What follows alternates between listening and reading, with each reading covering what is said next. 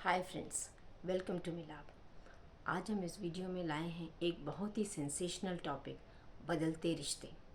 तो आपसे रिक्वेस्ट है कि ये वीडियो आप एंड तक ज़रूर देखिएगा, तभी आप समझ पाएंगे बदलते रिश्तों की असली सच्चाई। रिश्ता वो शब्द है जिसे सुनते ही हमारे दिमाग में न जाने कितने लोग उभरने लगते हैं, जिनसे हम किसी न किसी रिश्ते से जुड़े हुए हैं।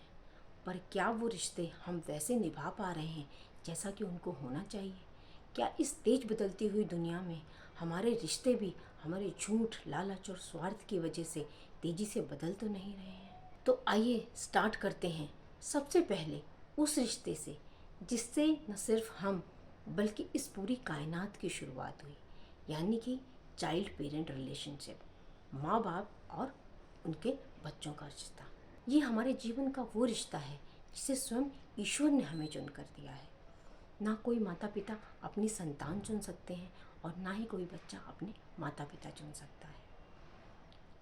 हर माँ अपनी एक जिंदगी हार कर अपने बच्चे को जीत के रूप में प्राप्त करती है, और हर बच्चा जो इस संसार में जन्म लेता है यहाँ किसी को ना जानते हुए सिर्फ अपनी माँ को ही पहचानता है।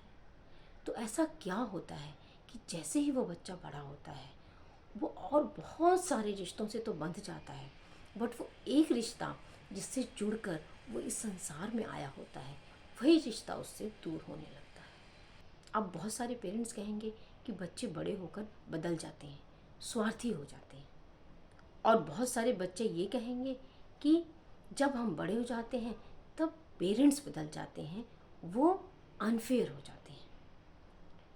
इस मैटर पर सबके अपने different different views as per their experience हो सकते हैं।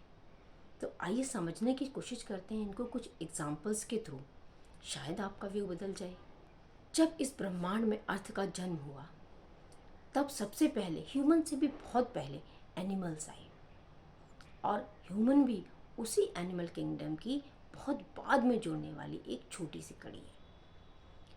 हमारी इस मदर नेचर ने उसके पास जो कुछ भी अवेलेबल था वो सारी फैसिलिटीज़ अपने सारे बच्चों को समान रूप से प्रदान की। जैसे शेर जंगल का राजा होता है और बहुत ताकतवर होता है, पर उसे भी हवा, पानी और सूरज की रोशनी उतनी ही मिली जितनी कि बाकी सारे जानवरों को।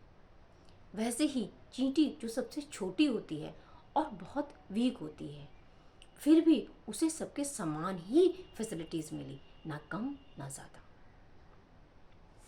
अब बात करते हैं एनिमल्स की।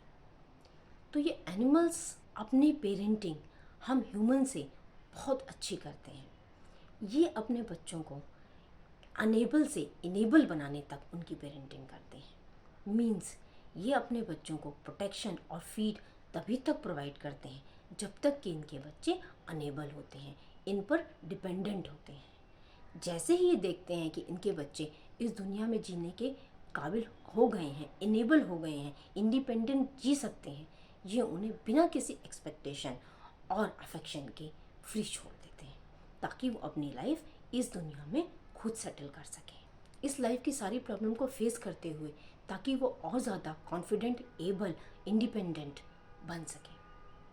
अब आप में से जिन लोगों ने भी एनिमल पेरेंटिंग की होगी, उनके रिलेशंस आप देख सकते हैं बहुत बेटर होंगे एज कम्पेयर टू अदर। आइए अब दूसरा एग्जाम्पल लेते हैं मदर नेचर से।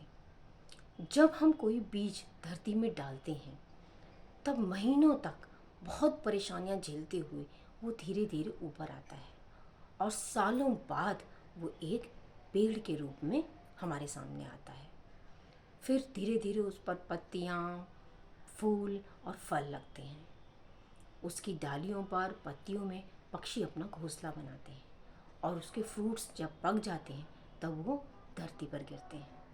उस समय उस पेड़ की जड़ें, जो एक्चुअली उस फ्रूट के लिए रिस्पॉन्सिबल होती हैं, उसको खुद नहीं खाती बल्कि इस संसार के लिए छोड़ देती हैं। आप सोचिए, अगर पेड़ अपने फ्रूट खुद खाना शुरू कर दे तो इस संसार का क्या होगा। इसी तरह हर पेरेंट यदि अपने बच्चे को अपने लिए ही रख ले तो इस सोसाइटी का क्या होगा। तो इस तरह नेचर हमें सिखाती है नेचुरल पेरेंटिंग कैसे की जाती है। अब हम लेते हैं थर्ड एग्जाम्पल।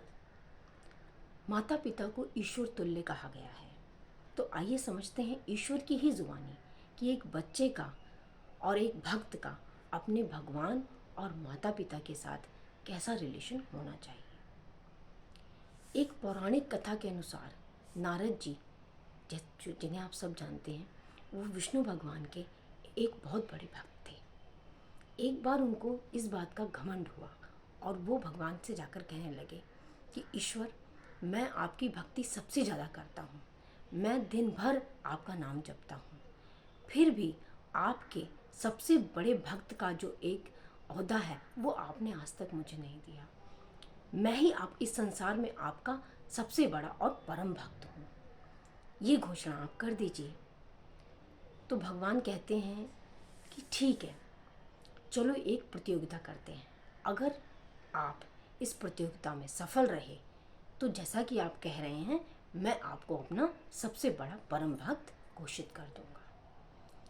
भगवान कहते हैं कि नारद जी, आपको अपने हाथ पर तेल का एक जलता हुआ दिया लेकर पूरे संसार का चक्कर लगाकर 24 घंटे के अंदर वापस आना है, और कंडीशन ये है कि वो दिया बुझना नहीं चाहिए।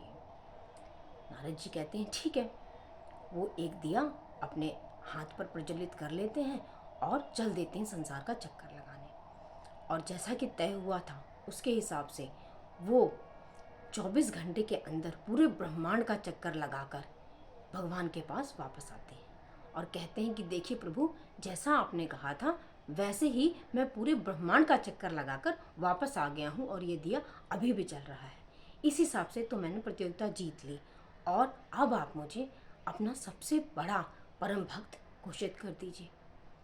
भगवान कहते हैं ये सच है कि तुमने प्रतियोगिता जीत ली है, बट मेरा सबसे बड़ा भक्त होने की जो काबिलियत है वो आपने कैसे साबित की, ये मुझे समझ नहीं आया।